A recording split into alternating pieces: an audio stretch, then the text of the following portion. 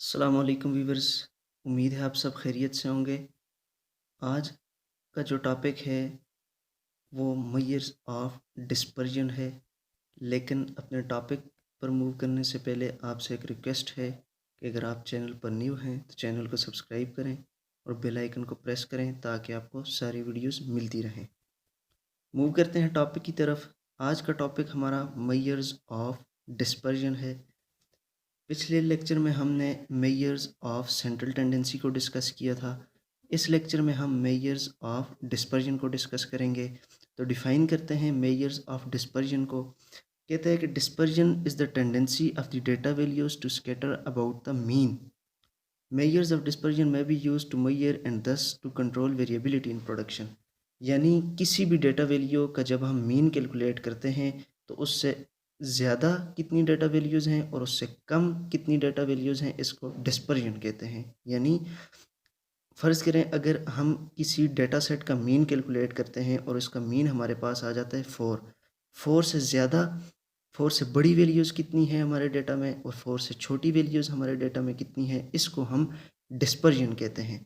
और इसके मुख्तलिफ मेजर्स हैं जो हम आगे डिस्कस करेंगे और हर एक मेजर को डिटेल के साथ देखेंगे। डिस्पर्जन की अगर हम टाइप्स की बात करें तो डिस्पर्जन की हमारे पास 5 टाइप्स हैं, जिनमें सबसे पहले range, mean absolute deviation, variance, standard deviation और कोफिशिएंट ऑफ वेरिएशन आते हैं।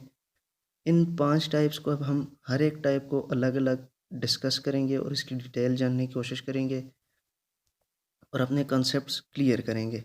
सबसे पहले हम डिस्कस कर लेते हैं first measure of dispersion, range को। रेंज को अगर हम डिफ़ाइन करें तो इसकी डेफिनेशन कुछ यूँ होगी कि range is the numerical difference between the largest value and the smallest value. किसी भी डेटा सेट की लार्जेस्ट और स्मॉलेस्ट वैल्यू को जब हम आपस में से सब्ट्रैक्ट करते हैं तो उसे हम रेंज कहते हैं। कैलकुलेशन की तरफ हम जाएं रेंज की, तो रेंज का फार्मूला है largest value minus smallest value. इस पर एक एग्जांपल करते हैं और अपना कंसेप्ट क्लियर करते हैं। फ़र्ज़ करें कोई भी एक डेटा सेट है 6, 9, 7, 23 एंड 5। अब इसमें हम रेंज का फार्मूला अप्लाई करते हैं और रेंज का फार्मूला है कि largest value minus smallest value. तो लार्जेस्ट वैल्यू हमारे पास है 23 और स्मॉलेस्ट वैल्यू है 5। 23 माइनस 5 हम करेंगे तो हमारे पास आंसर आ जाएगा 18। तो 18 इस डेटा सेट की रेंज है। नेक्स्ट जो हमारे पास मेजर है डिस्पर्जन का वो है mean absolute deviation. Mean absolute deviation की डेफिनेशन को इस तरह से है कि it is an average of absolute deviations from the sample mean. इसका मतलब ये है कि पहले हम एब्सोल्यूट डेविएशंस फाइंड करेंगे हर एक वैल्यू की सैम्पल मीन से और फिर उसका एवरेज लेंगे तो हमारे पास मीन एब्सोल्यूट डेविएशन आ जाएगी। अभी फार्मूला और एग्जांपल आपसे डिस्कस करूंगा तो आपको समझ आ जाएगी। तो फार्मूला देखते हैं, इसका कैलकुलेशन कैसे की जाती है कि mean absolute deviation can be calculated with the help of following formula. Formula दिखाएं जी। फार्मूला है इसका summation absolute x minus x bar absolute whole divided by n. यानी एक्स जो है वो कोई भी डेटा वैल्यू है, एक्स बार हमारे पास मीन है और एन जो है वो total number of data values in a set है।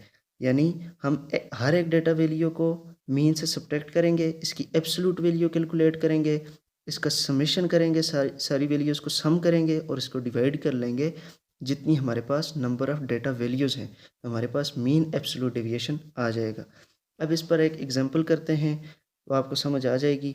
फ़र्ज़ करें हमारे पास कोई भी एक एक्सीडेंटल डेटा सेट है जिसमें 10 वैल्यूज़ हैं, 1, 2, 2, 3, 5, 7, 7, 7, 9। ये आप अपनी मर्ज़ी से कोई भी डेटा सेट ले सकते हैं या जो आपको क्वेश्चन में दिया गया है उस पर आप ये फार्मूला, तरीका सेम होगा, वैल्यूज़ डिफरेंट होंगी। इसका हमें मीन भी पता है कि इसका मीन 5 है। अब इसकी जो कैलकुलेशंस हैं वो हम एक टेबल के थ्रू समझने की कोशिश करते हैं। फ़र्ज़ एक्स मैंने सारे लिख लिए हैं लेफ़्ट कॉलम में, 1, 2, 2, 3 सारे इस तरह, ठीक है। अब हर एक एक्स को मैं सब्ट्रैक्ट करूँगा एक्स बार से। एक्स बार मीन है जो हमें नोन है 5 है।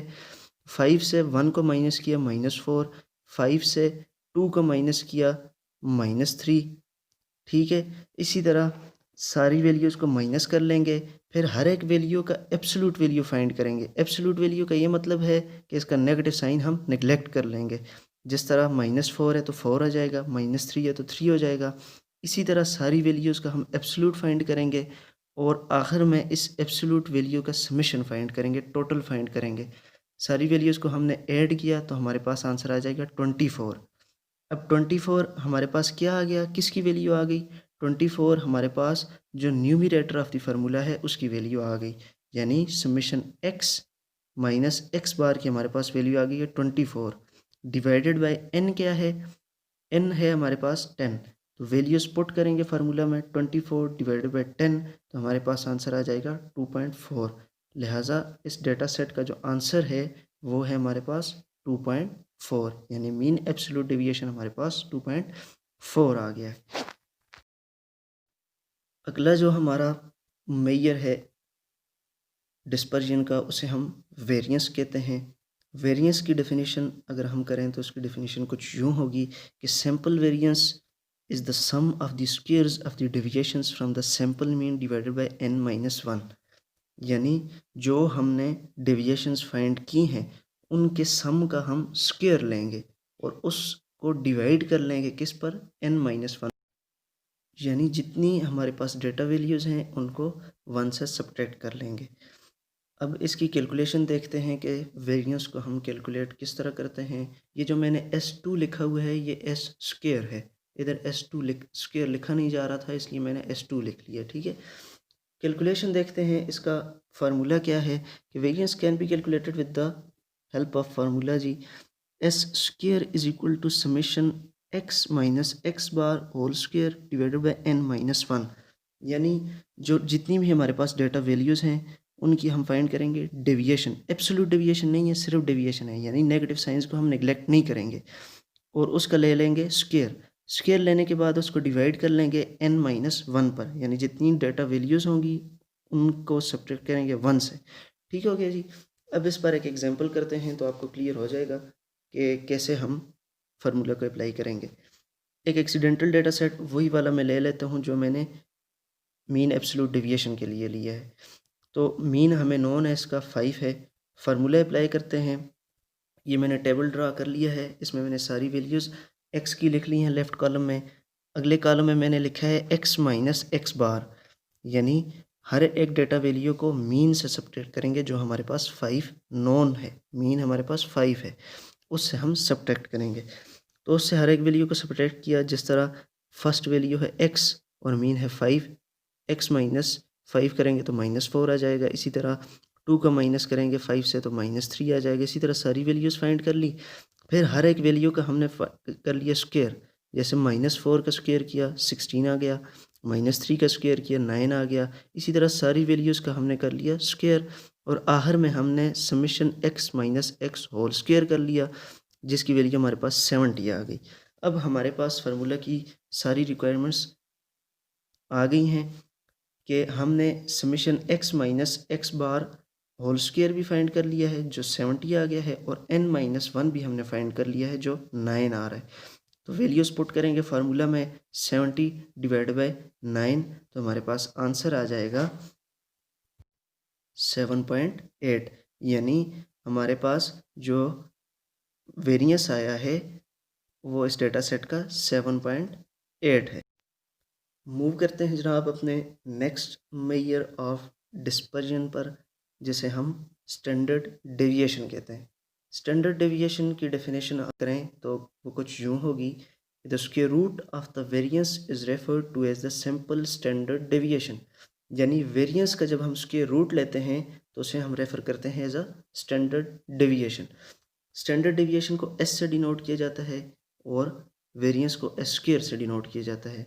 कैलकुलेशन की अगर हम बात करें तो इसकी कैलकुलेशन के लिए हमारे पास फार्मूला है कि s is equal to under root of s square, यानी s is equal to under root of variance. इस पर एग्जांपल करते हैं तो आपको क्लियर हो जाएगा। मैं पिछले ही क्वेश्चन का जो हमारे पास वेरिएंस आया है उसका स्क्वायर रूट ले रहा हूँ, क्योंकि मैंने कैलकुलेट कर लिया है। अगर मैं फिर कैलकुलेट करूँगा तो आपका टाइम वेस्ट होगा। तरीका वही है, आप पहले वेरिएंस कैलकुलेट कर लें और उसके बाद स्टैंडर्ड डेविएशन। मैं डायरेक्टली वैल्यूज़ पुट करता हूँ फार्मूला में। हमारे पास स्टैंडर्ड डेविएशन वेरिएंस आया था 7.8, इसका हमने स्क्वायर ले लिया तो इसकी वैल्यू आ गई 2.8, यानी जो हमारे पास स्टैंडर्ड डेविएशन आ रहा है पिछले डेटा सेट का वो 2.8 है। ठीक हो गया जी। अब नेक्स्ट जो हमारे पास मेजर ऑफ डिस्पर्जन है उसे हम कोफिशिएंट ऑफ वेरिएशन कहते हैं। कोफिशिएंट ऑफ वेरिएशन को डिफाइन करते हैं। The coefficient of variation is calculated as the standard deviation divided by mean times 100। Times जब आता है किसी भी जगह पर तो उसका मतलब ये होता है कि इसको हमने मल्टीप्लाई करना है, यानी कोफिशिएंट ऑफ वेरिएशन को हम कैलकुलेट करते हैं standard deviation divided by mean multiply by 100। Coefficient of variation का हमारे पास फार्मूला है CV is equal to s divided by x bar into 100। S क्या है हमारे पास, स्टैंडर्ड डेविएशन है, एक्स बार हमारे पास मीन है, इसको हम मल्टीप्लाई कर लेंगे 100 से तो हमारे पास आ जाएगा coefficient of variation.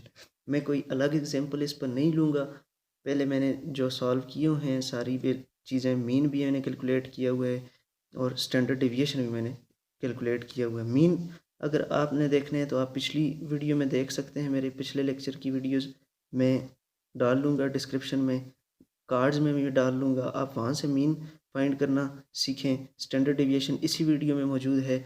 Values put करता हूँ फार्मूला में, एस इज़ इक्वल टू 2.8 है, मीन हमारे पास 5 है, 2.8 डिवाइडेड बाई 5 इंटू 100 हम करेंगे तो मेरे पास आंसर आ जाएगा 56, यानी कोफिशिएंट ऑफ वेरिएशन जो इस डेटा सेट का है वो 56 है।